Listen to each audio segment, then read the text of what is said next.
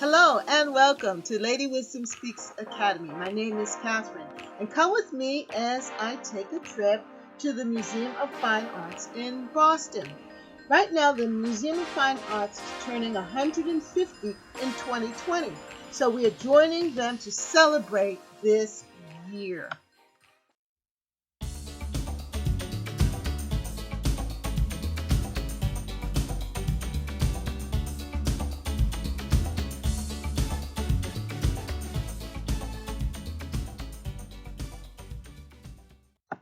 For this brand new year, 2020, I decided that I wanted to join the Museum of Fine Arts, the MFA, and it just so happened to be its birthday on February 5th.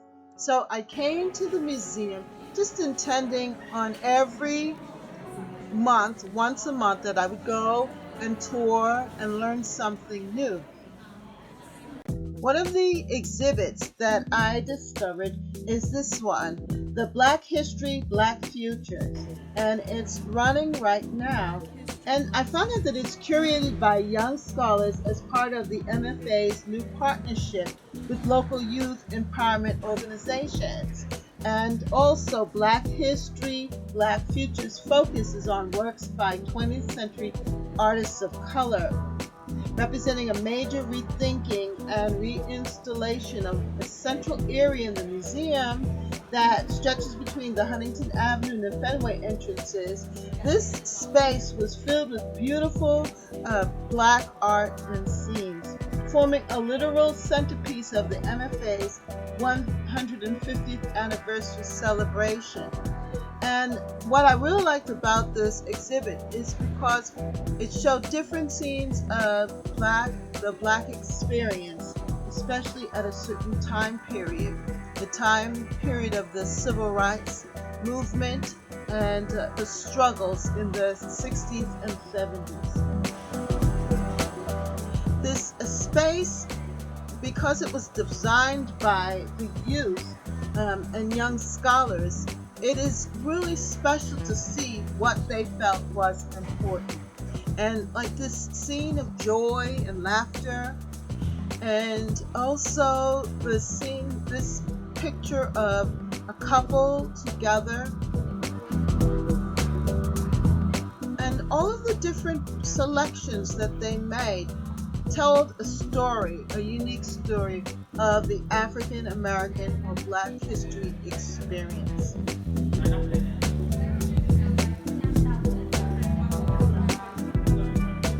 The team curators used skills they developed working with the MFA staff to research, interpret, and design Black histories, Black futures.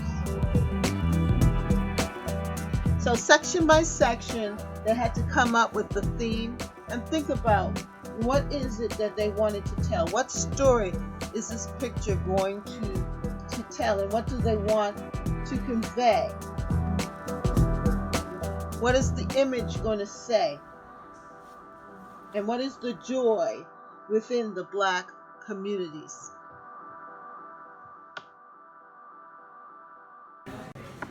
This huge mural by Catherine Gross was just amazing. It was just so large. It took up the whole space from one end to the other. And it's on fabric. So you can imagine the amount of work that it took for her to put that all together. Now this other piece by Jackson Pollock, seemed so small compared to the large canvas of fabric piece, but yet they both seem to work together here, the oil and the fabric.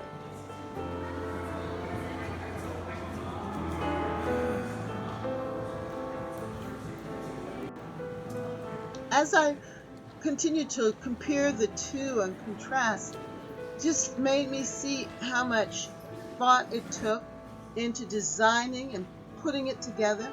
And Katharina Gross, she was born in 1961, so she's around my age.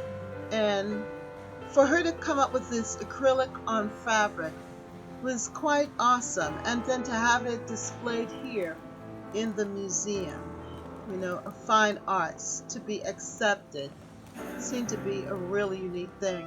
So as I walked around and I looked at it from one end to the other, it made me think, well, maybe one day I can possibly create something magnificent like this and have it displayed in the museum. Now, I was walking around and I saw these large hanging portraits of these women, and it just amazed me because on one side you could see their facial expression and you could see that they were women of today. And then I took a walk up the stairs in this other part of the museum. This is a much more modern section within the museum. And as I walked up the stairs, I was thinking, well, what is up here? What exactly am I going to discover? And what type of art am I going to see? And it was just really good to get to the top and then see those huge paintings or pictures before me. And now I could get an even closer look.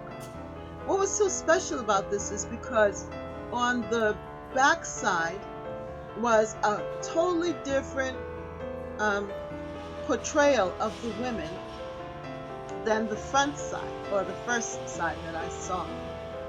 And having this up close view just made me feel special as a Black woman walking in this museum, that they represented us, so they were showing women. Then Monet, I came across the paintings of Monet, and I love his artwork.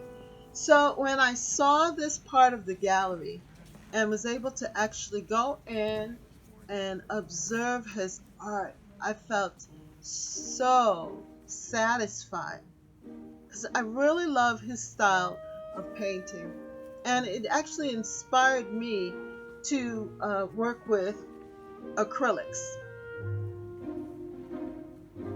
Before I did watercolor painting, and I used his theme of the lily pond to practice and try out things. You see the little lily ponds there?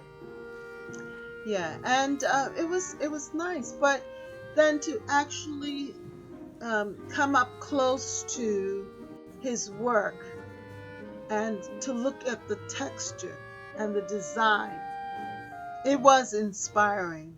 It is still inspiring, and it's making me want to pull out my paints, my acrylic paints, and start painting again, and possibly do some landscape paintings or gardening paintings, especially when the garden is up and running. I want to paint in my urban cottage garden and create some scenes, something like this. I think I can do this. While there, I happened to come across this section, French art. and this is French style design. I love the color, that blue. It's like oceanic blue on the fabric. 18th century French art. I love the design. I love the pattern. And it looks so classy. And having this big mural over your bed, wow. That's saying something.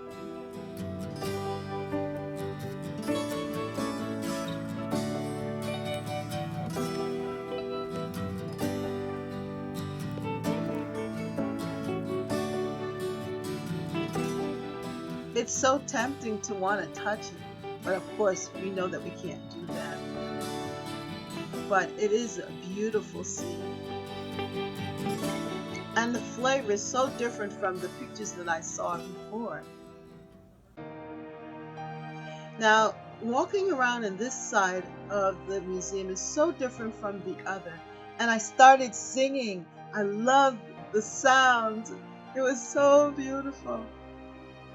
Well, as I was looking out the window, I saw this garden and it reminded me that spring is coming. So I'm excited to know what the museum is going to look like in the spring.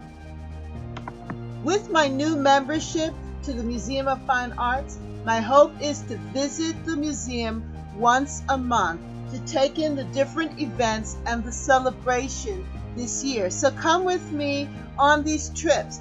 Make sure to like and subscribe to Lady Wisdom Speaks Academy, and see you next time. Bye.